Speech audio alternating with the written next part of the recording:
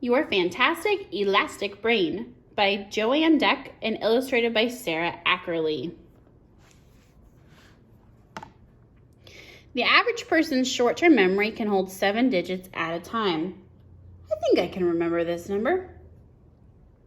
The human brain weighs about 3 pounds. Ugh, it feels like a lot more.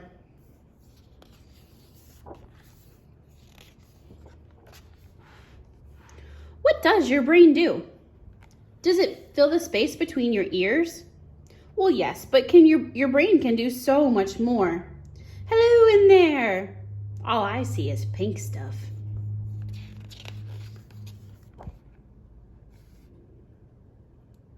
Your brain helps you think and remember and name what you see and what you hear.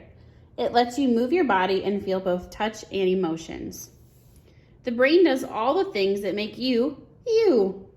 This girl likes red foods. Her favorite word is elbow. She's a ping pong champ. She knows global landmarks. She's good at science and enjoys reading pirate books. She's so unique. My favorite word is foot. So what is your brain? Is it a muscle? No, the brain is an organ in your body. It's made up of cells and tissue. The brain controls everything you do, everything you think, everything you feel, even everything you dream. Greetings, Earthlings. Welcome to Planet Oregon. Hey, I had that same dream. The brain has many parts that do all kinds of different jobs. The cerebellum, the hippocampus, the prefrontal cortex, the amygdala, and the cerebellum. Whoa, that pink stuff is busy. The cerebrum is the largest part of your brain. It helps you think and speak.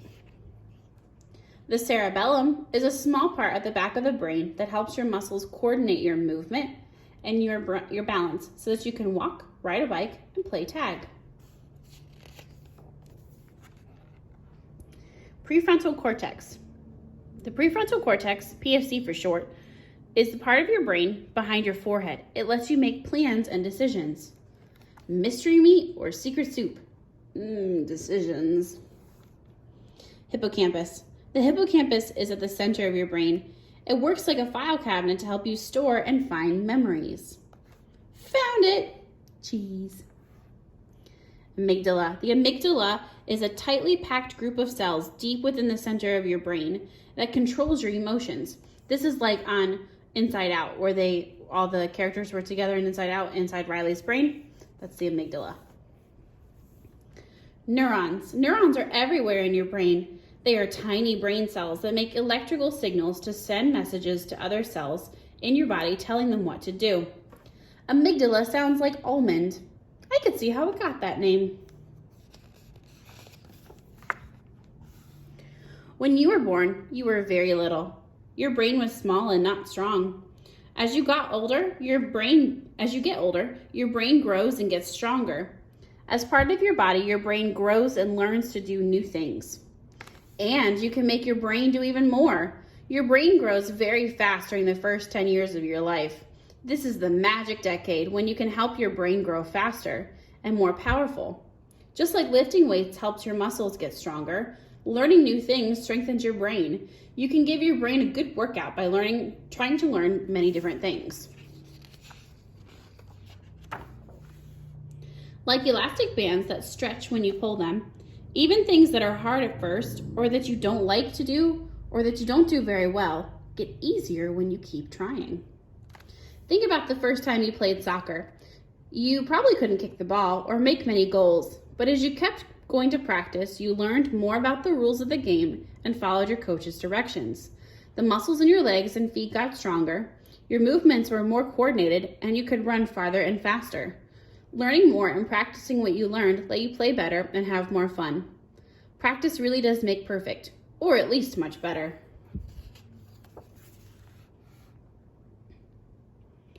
Even when you make a mistake while you're learning something new, you are still training your brain. You will remember that mistake and try something else until you get it right. Making mistakes is one of the best ways your brain learns and grows.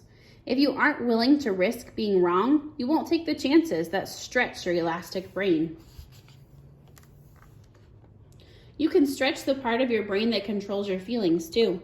If you are frightened about taking a risk, like learning to swim, finding the courage to put your face in the water stretches your amygdala. It will remind you that you overcame your fear. So you will be braver the next time something scares you, like diving into the water. Learning something new causes the brain to grow more connections among the neurons. With more connections, the neurons can send and receive more messages. These connections help to stretch a part of your brain and make it more elastic so that it can hold more information and ideas. How does the brain stretch and grow? A word that begins with neuro has something to do with the brain. A sculptor molds, shapes, or carves things out of clay or wood or stone. So you can shape your brain when you make it bigger by adding new things you know and can do. You are a neurosculptor. How did you do that? Neurons, my feathered friend. When you learn something new, you're building on what you have already learned. In the same way that the muscles in your body work together when you want to lift a heavy object or kick a ball, the different parts of your brain work together when you're learning something new. The amygdala makes you want to learn to play the piano. The cerebrum helps you decide to practice. The cerebellum calls up the memory of watching and listening when your piano teacher showed you how to play a new piece of music.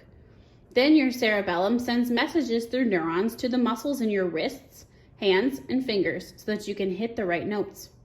The next time you play that piece of music, the parts of your brain and body will know how to work together and you will play the song more easily.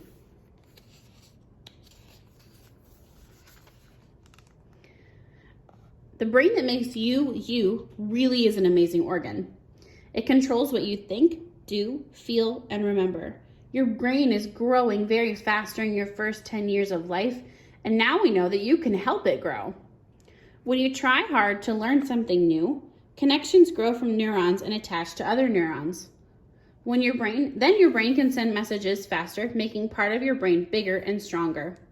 Making mistakes really helps you learn because your brain keeps trying new things and stretching until you figure out the answer to your problem. You are shaping a more elastic brain when you learn new things that build on what you already know. The more that you learn and think about different kinds of things, the more you can learn, know, and enjoy. The harder you try without giving up, the more you will learn. You really can train your brain to be fit and strong and to keep stretching and growing throughout your whole life.